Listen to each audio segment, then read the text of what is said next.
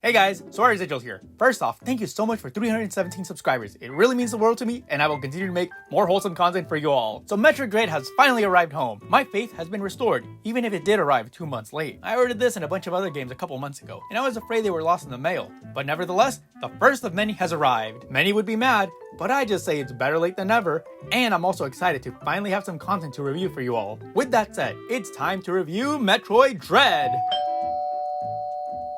Give me 1 second, someone's at the door. Well, how awkward. Neptunia and Senran have also arrived today, and I'm not gonna lie, I kinda wanna review this one as well. But I also wanna review Metroid Dread, and I don't wanna make one or the other sad because I didn't choose it over the other. Man, if only they could fight each other so we could see who gets to be reviewed first. Wait, that's it! They're both some sort of limited collector's edition, so I can make a video comparing them both. Yeah!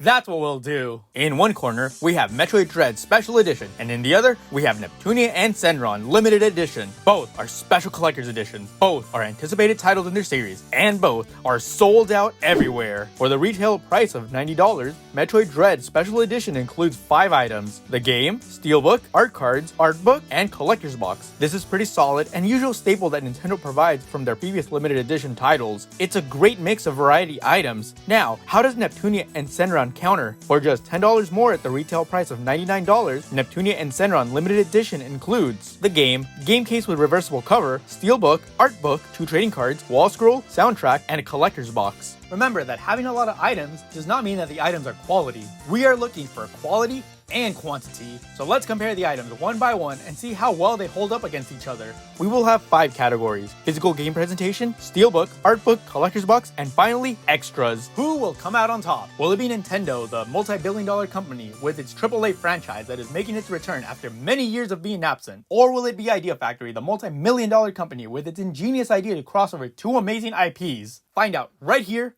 and right now.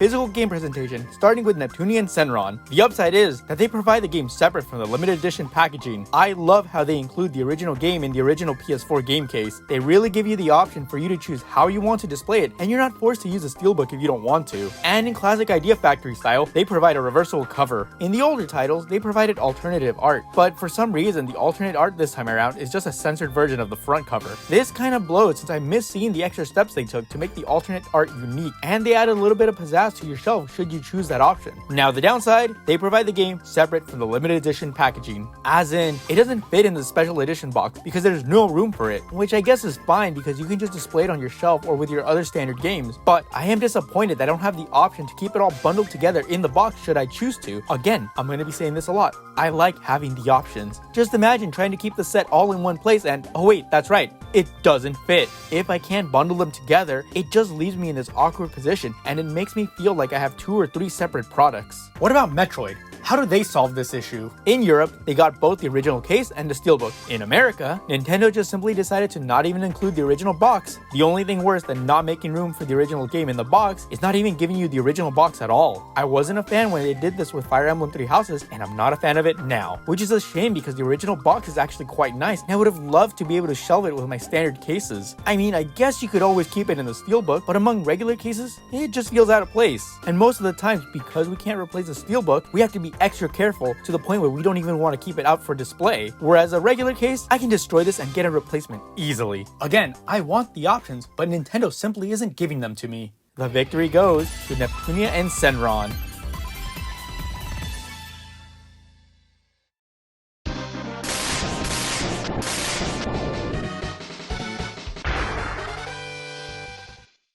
Round 2, we have the Steelbook. Neptunia and Senran has this beautiful Steelbook. Both franchise characters are depicted beautifully on both sides. I really love how they went all out with the art, and they didn't just quickly lazily put together a logo or some really obscure in-game generic looking background. This art is beautifully made and still allows the Steelbook shine to come through around. On the inside, you have the main protagonist as a reference to the PS4 cover, which is such a nice touch. One thing you gotta love, the end label. My personal pet peeve is when Steelbooks don't have this. It makes them hard to keep on the shelf and you just can't pick them out from a glance. Now, how does Metroid hold up? beautifully. I love the choice of full art with no game title. The gloss and shine really make Samus come to life. The choice of art is flawless, and both sides do a wonderful job representing the tone of this game. The inside is a nice touch though. It does have that Metroid mystique to it, and it makes you feel like you're holding a futuristic artifact. And that end label is non-existent.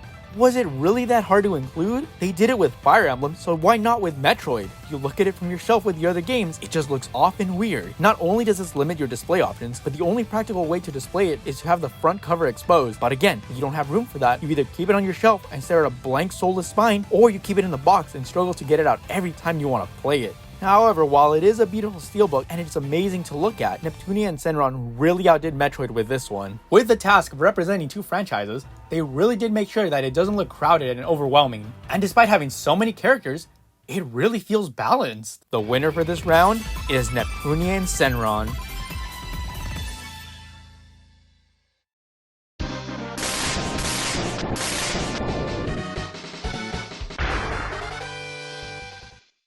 Idea Factory always comes through with the art books, and even now, they still don't disappoint. You have a 48-page hardcover book for this one. You get amazing details of the characters, art pieces, backgrounds, outfit designs, and prototypes. It's a nice size as well, about 6 by 8 inches. Though I wish it was a little bigger, the amount of detail in this art can sometimes be missed, especially with a smaller book size. However, it does have enough detail and attention put into it, and these 48 pages definitely pack some heavy content. Overall, this book is pretty solid. Now, how about Metroid?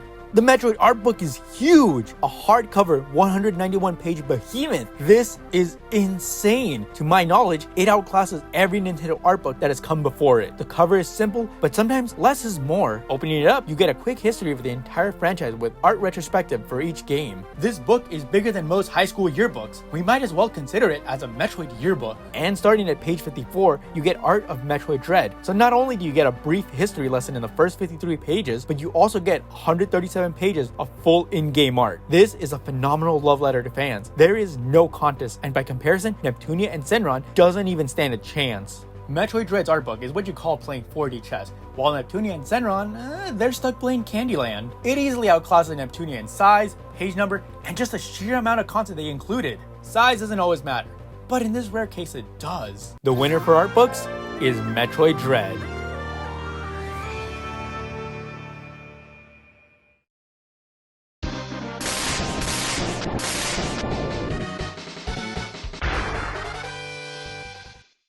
Presentation-wise, the Neptunia and Senran box is off to a fine start. The art is on point and beautifully decorated all around. It's nice and small and compact. I like this, and it's definitely a plus for storage purposes. However, why make the box this small and leave no room for the game or wall scroll? Yeah, I get it, they're trying to match the editions before this, but even then, they're not even the same size, so what is the point? I'm a little disappointed because it does make these essential products feel like last-minute afterthoughts. Now, what about Metroid? This is a work of art worthy of being framed. It's huge because it has to hold that amazing art book, but again, that's not a complaint since they did a splendid job with the gloss of the full art and the embossed texture in the front. And since the front and back sides are both elegant, it doesn't matter which sides you display, since both will look beautiful no matter what you choose. And it fits right in with the rest of the Nintendo Special Edition boxes. Simple and beautiful. The winner for Collector's Box is Metroid Dread.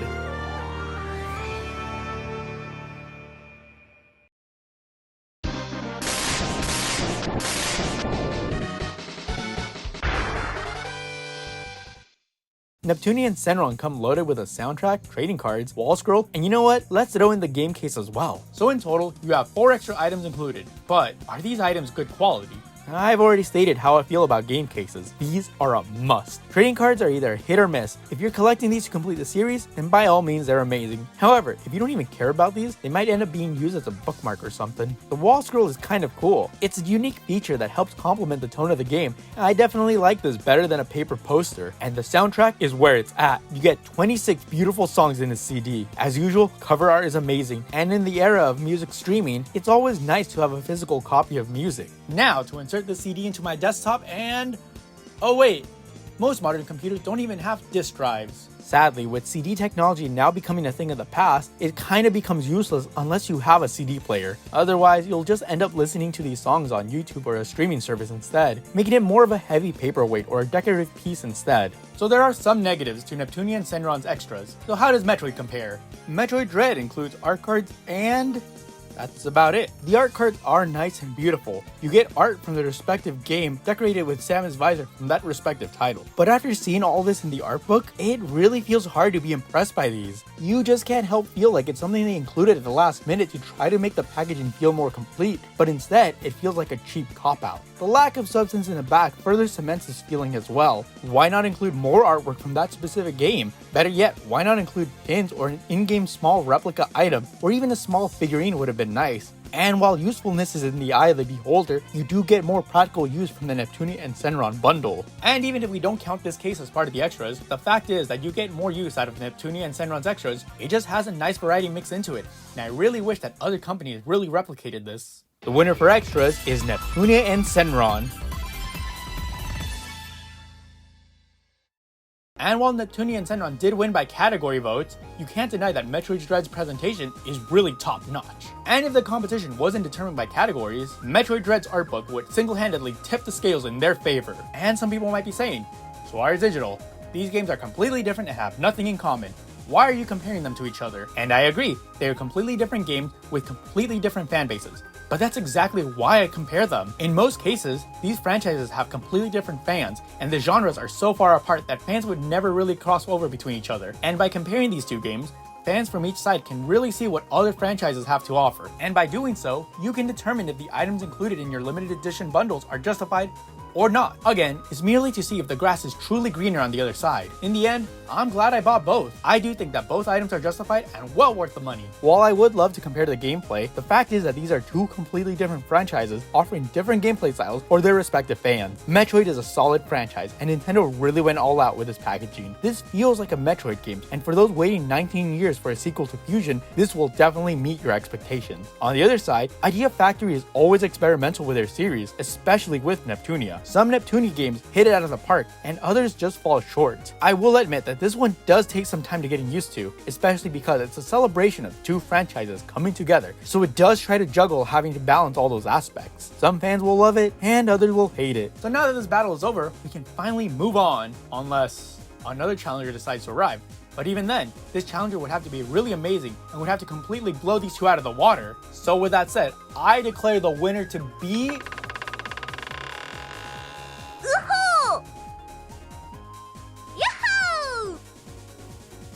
And so, with its game, artbook, downloadable content, and matching little slipcover, as well as its holiday $20 price point, I declare Super Monkey Ball Banana Mania to be the winner! I feel like Bayonetta when she got II for Christmas. See? Close enough.